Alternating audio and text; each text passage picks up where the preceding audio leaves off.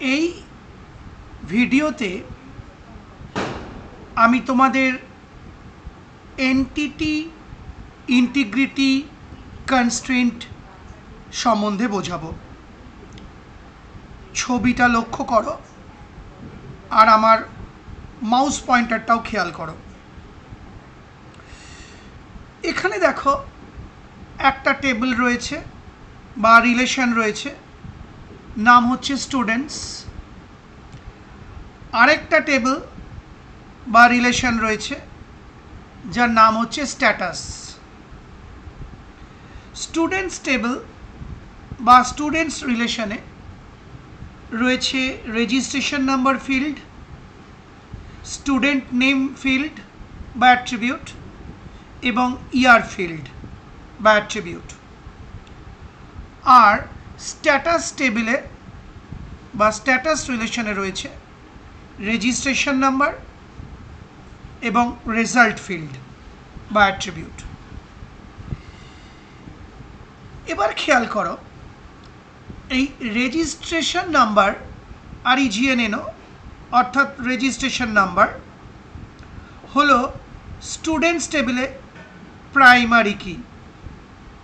অর্থাৎ এই registration number দিয়ে প্রত্যেকটা স্টুডেন্টকে আলাদা আলাদা করে চেনা হচ্ছে বা শনাক্তকরণ করা হচ্ছে। এই রেজিস্ট্রেশন নাম্বার ফিল্ডটা বা অ্যাট্রিবিউটটা আবার লক্ষ্য করো মাউস পয়েন্টার, স্ট্যাটাস রিলেশনেও রয়েছে বা স্ট্যাটাস টেবিলেও রয়েছে। এই দেখো রেজিস্ট্রেশন নাম্বারটা রয়েছে। এই রেজিস্ট্রেশন নাম্বারের মাধ্যমে এই স্টুডেন্টস টেবিল আর স্ট্যাটাস টেবিল পরস্পরের সঙ্গে রিলেশনশিপ বা সম্পর্কিত রয়েছে। অর্থাৎ এই টেবিলটার রেফারেন্স রয়েছে এই টেবিলে।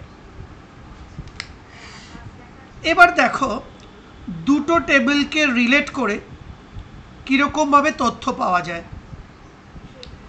রেজিস্ট্রেশন নাম্বার 20250001 নাম হচ্ছে রূপায়ণ, স্টুডেন্টের নাম, এবং 2025 সালের স্টুডেন্ট। এবার এই টেবিলে দেখো রিলেশন যেটা স্ট্যাটাস, এই যে রেজিস্ট্রেশন নাম্বার 20250001 মানে রূপায়ণকেই বোঝাচ্ছে। রেজাল্ট দেখো পাস্ট, অর্থাৎ রূপায়ণ নামে স্টুডেন্টটা পাস করে গেছে। সিমিলারলি পরের রেজিস্ট্রেশন নাম্বার দেখো 20250002 নাম অনিক, স্টুডেন্টের নাম, ইয়ার 2025। আর এই টেবিলে দেখো 20250002 পাস্ট, অর্থাৎ অনিকও পাস করেছে। সিমিলারলি আবার দেখো স্টুডেন্টস টেবিলে 20250003 নাম, স্টুডেন্টের নাম মৌলি, ইয়ার 2025। আবার স্ট্যাটাস টেবিলে দেখো 20250003 পাস্ট, অর্থাৎ মৌলি নামের স্টুডেন্টটাও পাস করে গেছে।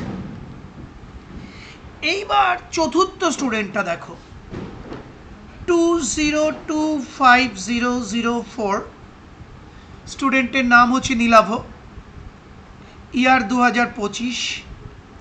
এবার দেখা যাক ও পাস করেছে না ফেল করেছে।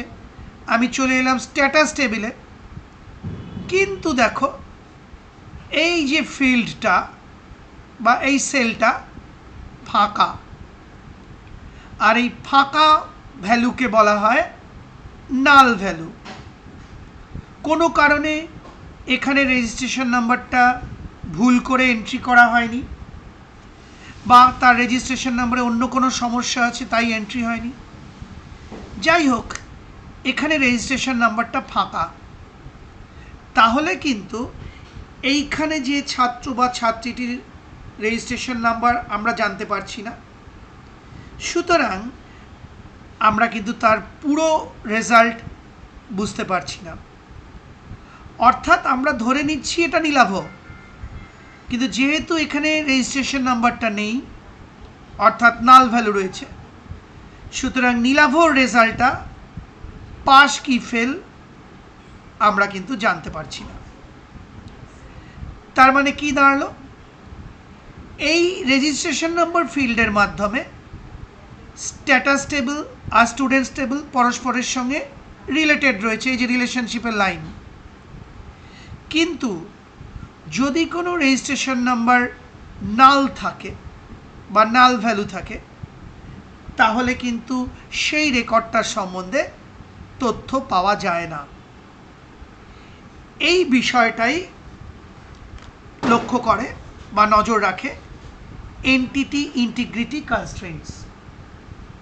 অর্থাৎ এইভাবে দুটো টেবিলের মধ্যে যে রিলেশন, সেই রিলেশনের আসল উদ্দেশ্য যাতে ভঙ্গ না হয়, অর্থাৎ যে কমন ফিল্ডটা, কমন ফিল্ড মানে এটাতেও রয়েছে এটাতেও রয়েছে, তাতে যাতে নাল ভ্যালু বা ফাঁকা ভ্যালু এন্ট্রি না হয়, সেই বিষয়টা লক্ষ্য রাখে এন্টিটি ইন্টিগ্রিটি কনস্ট্রেন্টস। অর্থাৎ যদি দুটো টেবিল পরস্পরের সঙ্গে কোনো কমন কলাম বা ফিল্ডের মাধ্যমে রিলেটেড থাকে, তাহলে সেই কমন ফিল্ডে নাল ভ্যালু দেওয়া যাবে না, অর্থাৎ ফাঁকা রাখা যাবে না। ফাঁকা রাখলে আমরা কিন্তু সেই রেকর্ডটার সম্বন্ধে কোনো নির্দিষ্ট তথ্য পাচ্ছি না। এই যাতে নাল ভ্যালু না থাকে বা ফাঁকা ভ্যালু না থাকে, সেই বিষয়টাই দেখাশোনা করে বা নজর রাখে এন্টিটি ইন্টিগ্রিটি কনস্ট্রেন্টস। আশা করি বুঝতে পারলে, অনেকবার করে বলে দিলাম। সেই সঙ্গে আমার এই ভিডিওটি, অর্থাৎ এন্টিটি ইন্টিগ্রিটি কনস্ট্রেন্টস বিষয়টি কি কাজ করে বা তার ভূমিকাটা কি, বুঝিয়ে ভিডিওটি শেষ হলো।